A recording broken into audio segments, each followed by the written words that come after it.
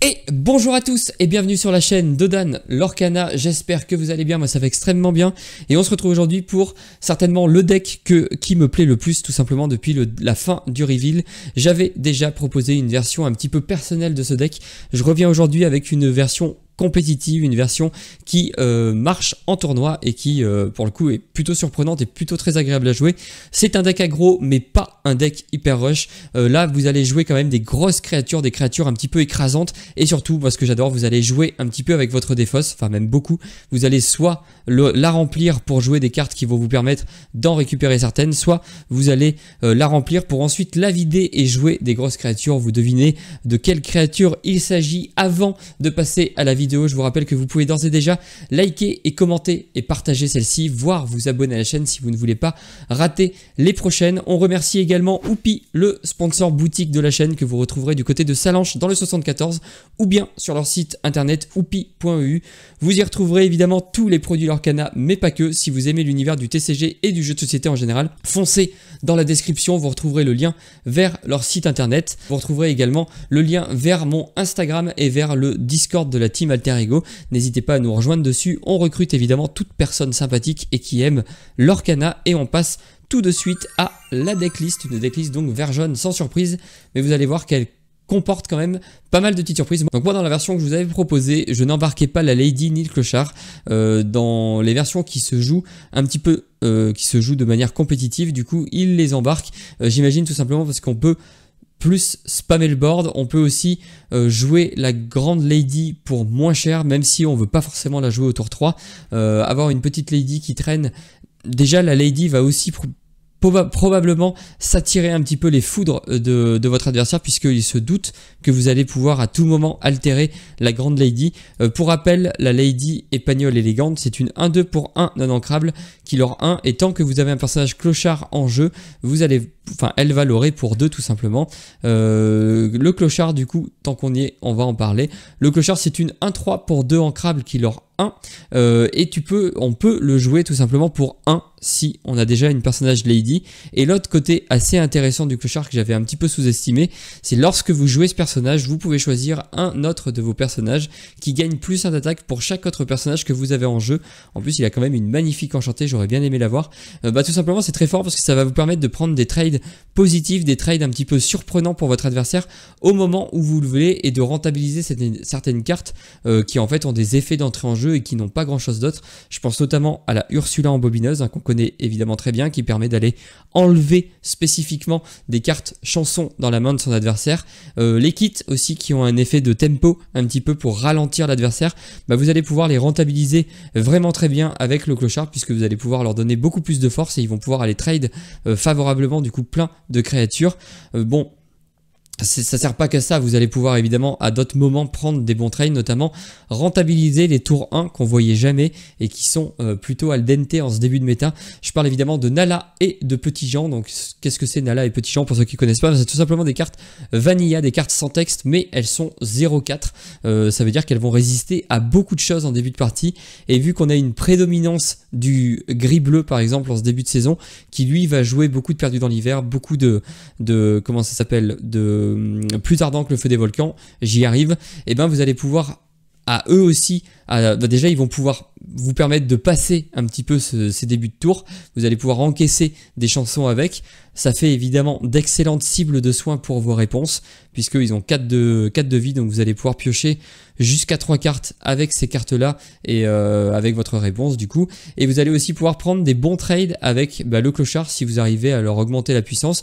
L'autre carte qui peut aussi faire office un petit peu comme le clochard mais un peu moins fort, c'est Pimprenel Bonne Fée, une 1-2 pour 1 ancrable du chapitre 5 qui leur 1 qu'on n'avait pas vu, et lorsque vous la jouez vous pouvez payer 1 de plus, la kick, pour faire gagner 2 d'attaque à un personnage de votre choix. Donc en fait ça vous permet de globalement d'avoir des 2-4 au lieu d'avoir des 0,4, ça peut surprendre l'adversaire qui va pas s'y attendre.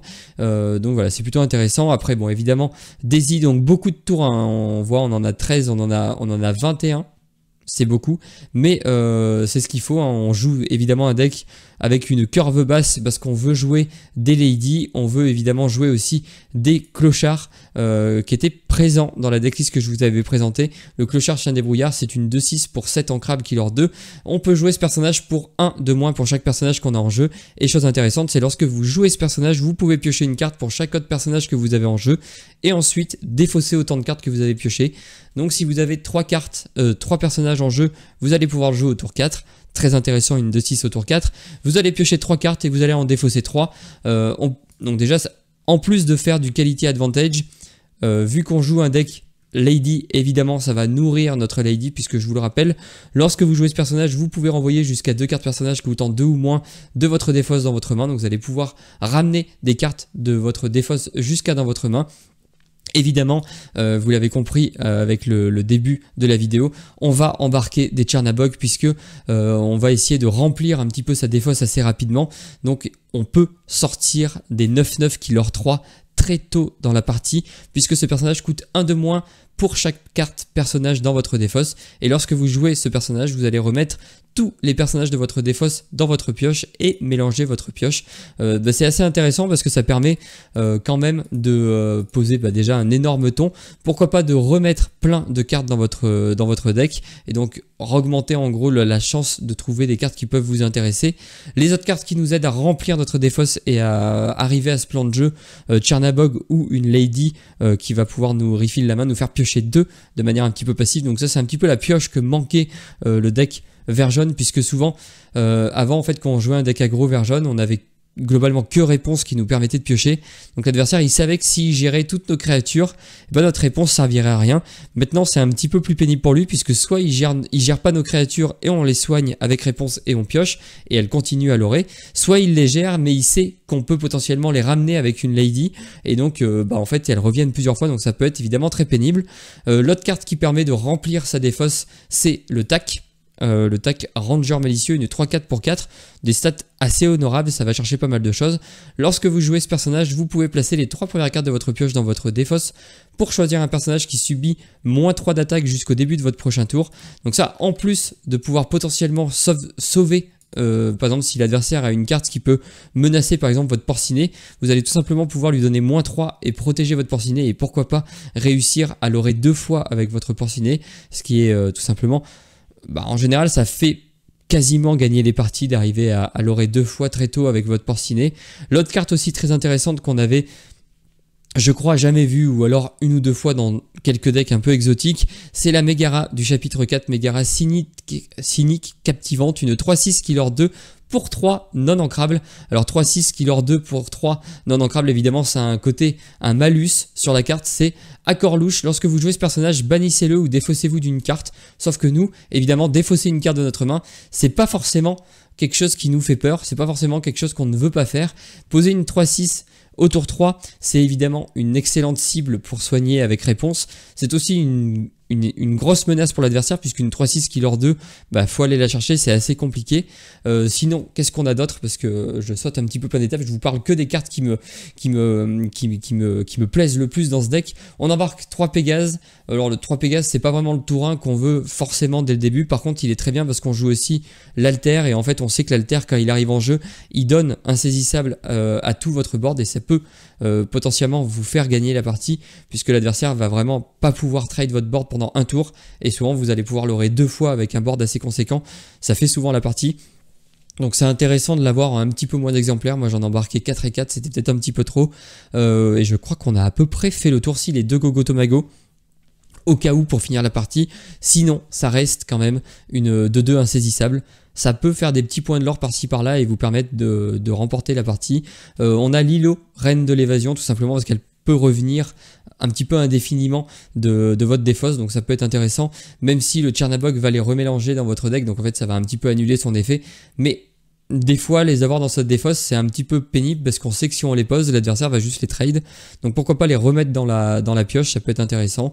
Pimprenel on a déjà vu, et je crois qu'on a à peu près fait le tour. 15 non ancrables c'est beaucoup, mais le deck globalement peut s'en sortir avec très peu d'angles, donc c'est pour ça qu'on se permet de monter le nombre de non ancrables. Et on va passer tout de suite pour tester ce deck là sur l'Orcanito.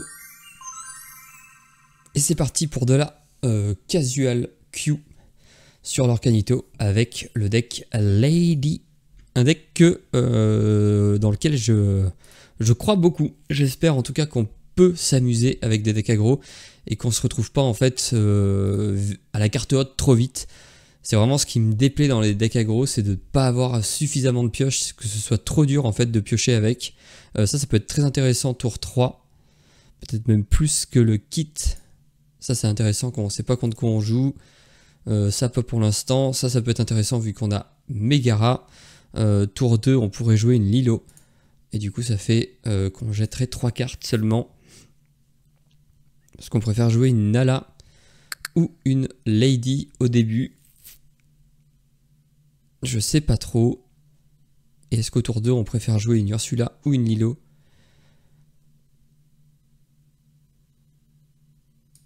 Je pense qu'on va jeter ça et jouer la Lady juste parce que malheureusement on a un petit problème de non ancrable. On n'a pas envie d'ancrer des Lilo évidemment. Du gris. Il a d'ailleurs un très joli playmat et des très jolis sleeves. Voilà, Steel Song, c'est pas cool du tout. Par contre nous on peut aller lui chercher une chanson. Si jamais... Oh, il en a pas. Ah non, c'est une version... peut-être une version Bolt. En tout cas, nous, on va partir à l'aventure. Au tour 3, on va jouer Megara. Ça va être assez dur pour lui de gérer la Megara, je pense. C'est marrant, celle-ci, elle a pas le même dos. Elle a les bords blancs, quoi. Des petits traits blancs. Penny qui part en encre. Double Daisy, ça peut faire mal, mais heureusement, on a Megara qui va arriver au tour d'après. Et Megara, elle va nous faire du bien. En plus, elle va permettre de nourrir Lady, pardon. Donc c'est plutôt pas mal. Par contre, on est obligé d'ancrer une autre Lilo, ça c'est un peu terrible.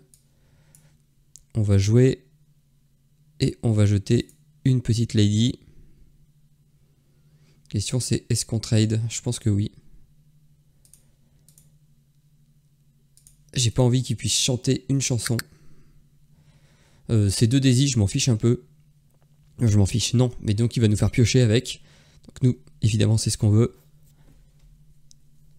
On va pouvoir terminer sa Daisy.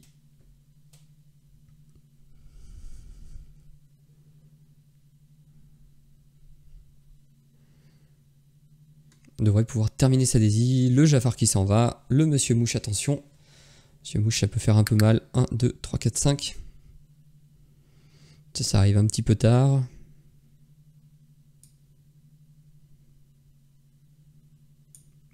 La question c'est qu'est-ce... Ah, je pourrais juste soigner ma Ursula.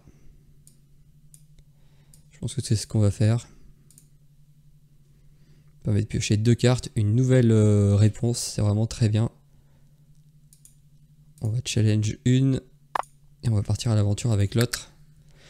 Donc là c'est pas mal, on va pouvoir taper dans le Monsieur Mouche, soigner avec notre réponse. La Megara a l'air de poser quand même des problèmes. Et en plus elle rentre en parfaite synergie avec le deck, puisque nous, plus on a de cartes dans la défausse, plus nos Chernabog coûtent pas cher. Et plus nos Chernabog coûtent pas cher, bah plus on peut les jouer vite et plus on peut gagner assez tôt. Ça je crains un peu. Quoique non, il peut rien faire en fait. Et surtout, nous, on va pouvoir aussi aller soigner, aller récupérer des cartes, pardon, je viens de devoir jouer réponse, du coup je suis perdu. Aller récupérer des cartes avec la Lady, des cartes qu'on défausse avec Megara par exemple. On va challenger ça, on va jouer notre réponse, on va soigner de 3, ça fait du bien.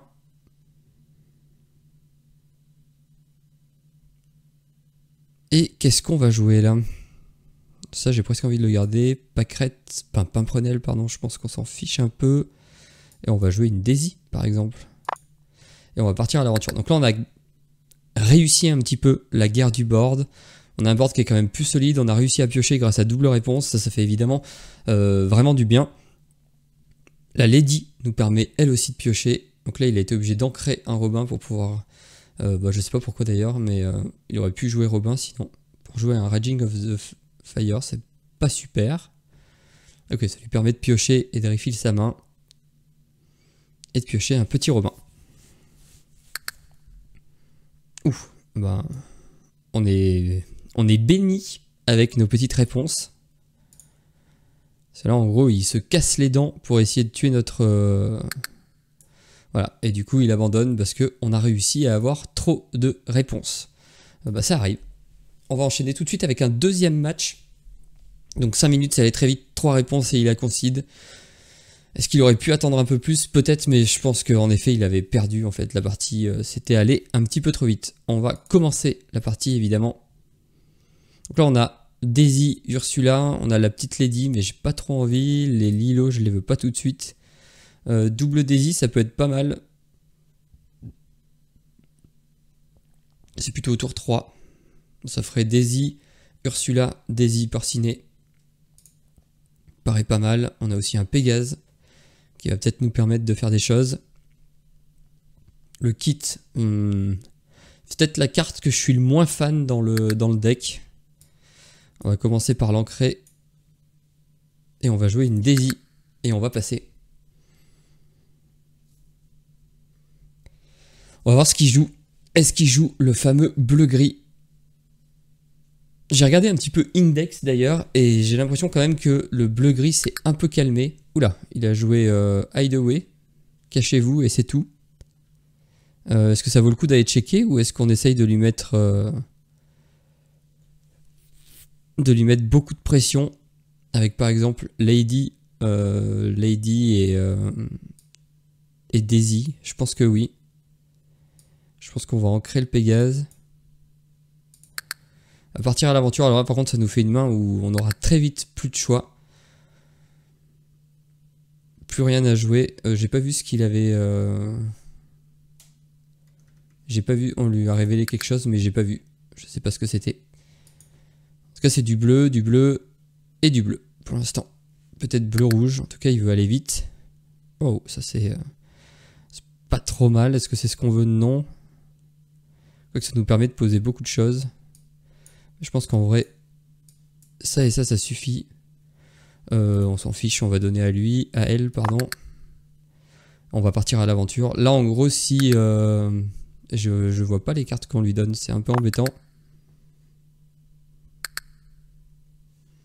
On voit pas les cartes, c'est pas très grave. On passe à 8, donc là on est dans la phase aggro pure du deck.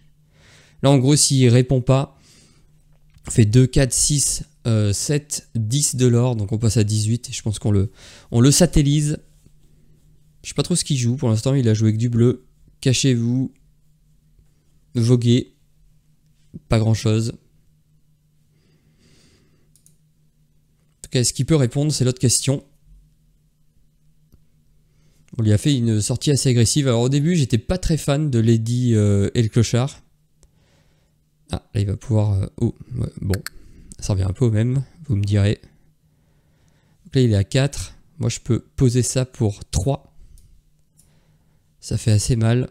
On va piocher plein de choses. On va garder Lady. On va jeter ça. Potentiellement Megara. Non, il faut que j'en jette une de plus. Ah oui, de toute façon, il me restait que Ursula, donc je pense que... J'ai peut-être pas envie de jeter Ursula, en fait. Ah si, parce que de toute façon, ça va être fini assez vite.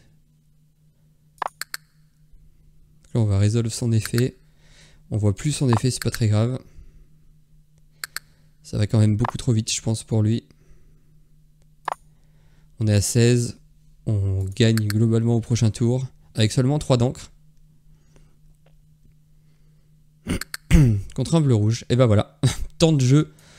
Temps de jeu par tour 12 secondes. Moi 21. Mais bon, la partie est allée vraiment très très vite. Comme vous pouvez le voir. C'est marrant. On a enfin toutes les stats.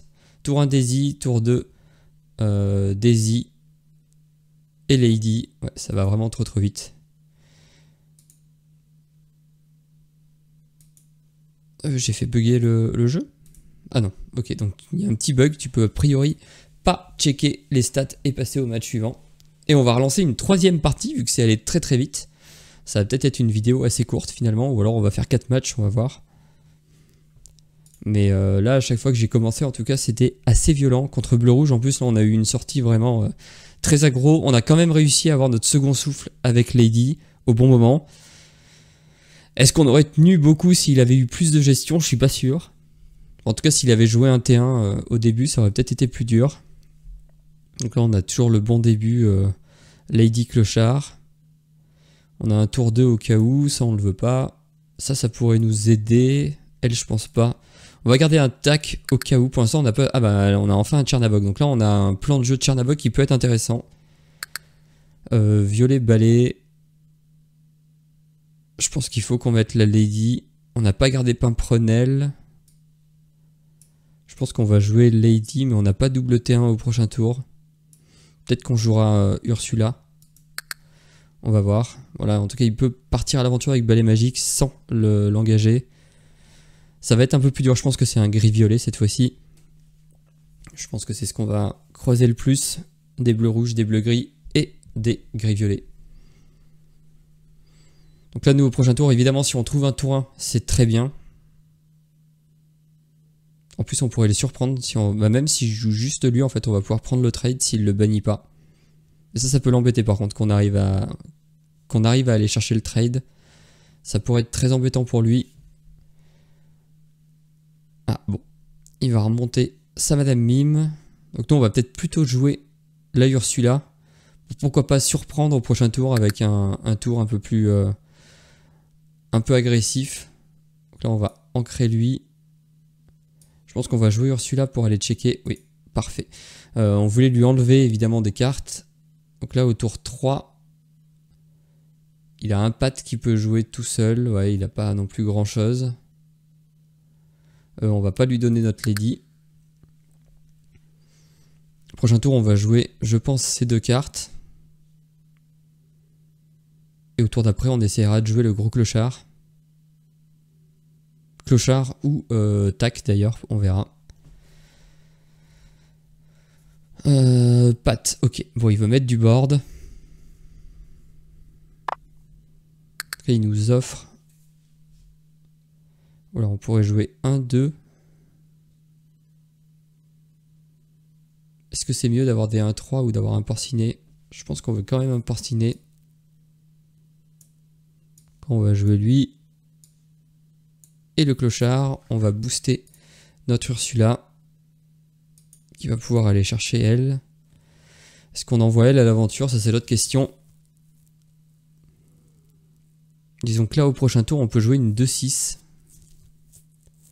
Ou une 3-4. Je pense qu'on va plutôt jouer la 3-4 au prochain tour. Auquel cas on s'en fiche un tout petit peu.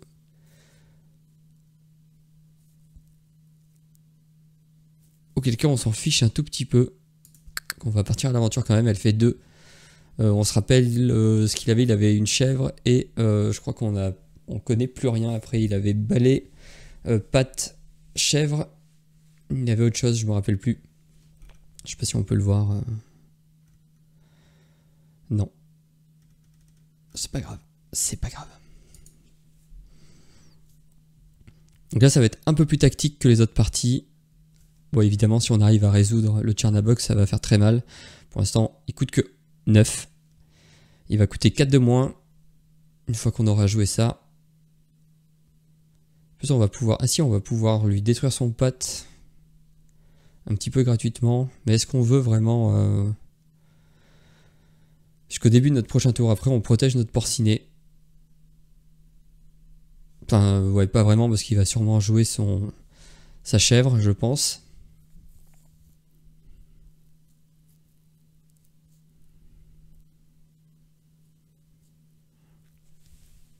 Là, on a un...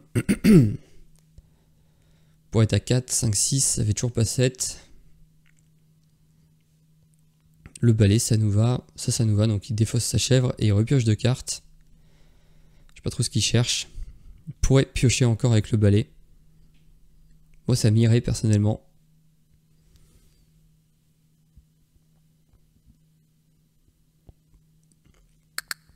Non, il garde son balai.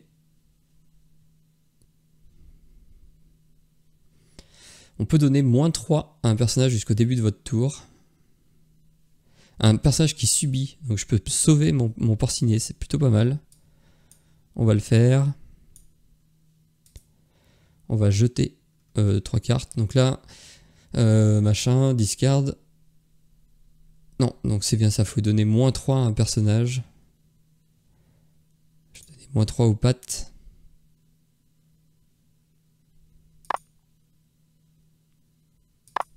On va partir à l'aventure. Donc là on a 5 cartes, donc il nous coûte plus que 5.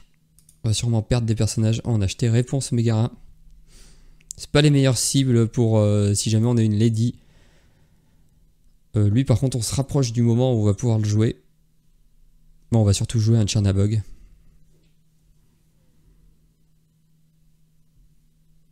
Donc là il est un petit peu obligé d'envoyer balai et prof dans le porcinet. Nous ça nous va. Ça veut dire qu'il va pas pouvoir piocher avec les balais. Et s'il le fait pas, bah, ça nous va encore mieux. Ça veut dire qu'il va l'aurer 2 fois. Ah non, bon. Ouais. Il avait un plus ardent. Mais voilà, c'est pas grave. On peut pas tourner, c'est un deck gris. Donc forcément, il va nous jouer des chansons à un moment ou l'autre. Mais on l'embête quand même pas mal. Pareil, il peut pas venir chercher notre clochard. Je pense qu'on va juste partir tout le temps à l'aventure. Là, du coup, on a 6, 7, 8, 9, 10. On peut déjà jouer un Tchernabog. On va voir ce qu'on pioche, mais il y a moyen qu'on... oui, il peut refaire son tour. Ah oui, il veut partir avant, oui. Évidemment. C'est plus intelligent.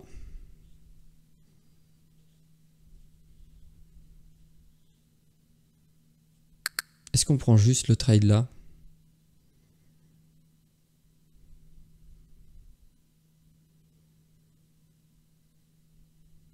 On a 6 cartes. Donc là, c'est sûr que lui, on peut le jouer. 6, ça fait 10.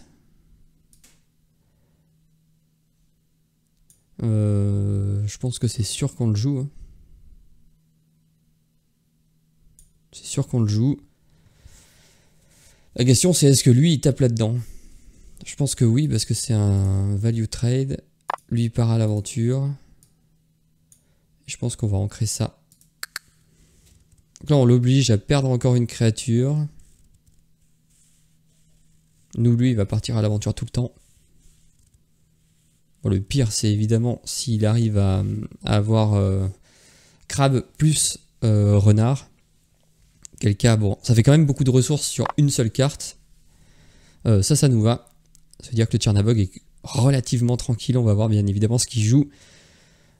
7, ça veut dire qu'il coûte 5 pour l'instant. Ça me va. On pourrait le faire pour piocher 2, défausser 2.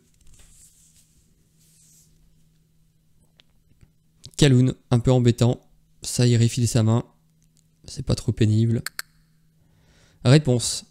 Ça, c'est pas mal. On va commencer par jouer le clochard. Pégase, ça peut être pas mal. Hein. Réponse, ça nous fait piocher. Je pense qu'on veut garder réponse quand même. On va partir à l'aventure avec tout. Donc là, évidemment, il a 3, 4, 5. S'il a une renarde, il peut taper notre clochard, notre Tchernabog, mais bon. On lui propose quand même un clochard derrière. On va pouvoir normalement... Ah, quoique, ça dépend s'il détruit tout son board. Ok, bon, ça me va. S'il prend pas le Tchernabog, c'est parfait. Nous, on va pouvoir récupérer sa Kaloun normalement, sauf s'il la remonte avec notre clochard, le soigner, le clochard avec la réponse, se refaire une petite main, et là, on n'est pas trop mal. Je pense qu'on a pris une belle option sur la victoire. Le Tchernabog est quand même très très dur à venir gérer, là. Je suis vraiment très très content qu'il y ait des decks aggro qui performent, des decks jaune-vert aggro, et qu'en fait ce soit pas juste une histoire de sortie, mais que maintenant ça puisse se jouer comme ça un petit peu, où on va piocher, on va pas s'épuiser trop vite. On n'est pas non plus trop aggro, parce que j'ai l'impression que ça fait un peu peur à l'Orcana, les decks très aggro. Mais là je suis plutôt content. En 10, faut faire attention quand même. Est-ce que nous on monte à... Est-ce qu'on fait 5 pour passer à 16? De lui il va faire quoi? 1, il pourrait faire 1, 2, 3, 4, 5. Il pourrait passer à 15. Et nous, on se refait une main et on peut poser des trucs. Je pense quand même que le play, c'est ça. Je réponse, soigner.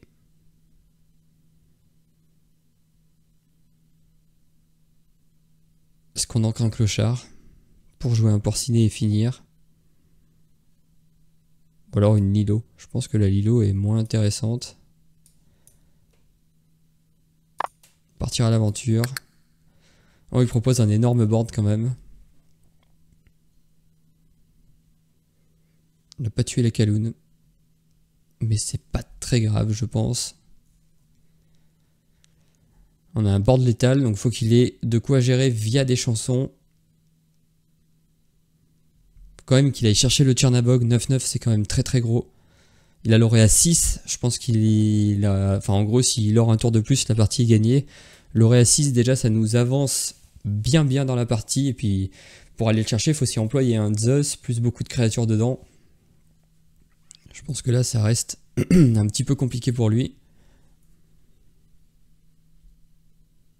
On n'a pas eu la Lady cette fois qui nous pourrait nous permettre d'aller récupérer des cartes. En fait, la Lady et le Tchernabog peuvent paraître un petit peu anti-synergiques, mais vu qu'il y en a un... En fait, en gros, le Tchernabog, on veut s'en servir un petit peu pour finir les parties. Enfin, c'est vraiment une grosse menace.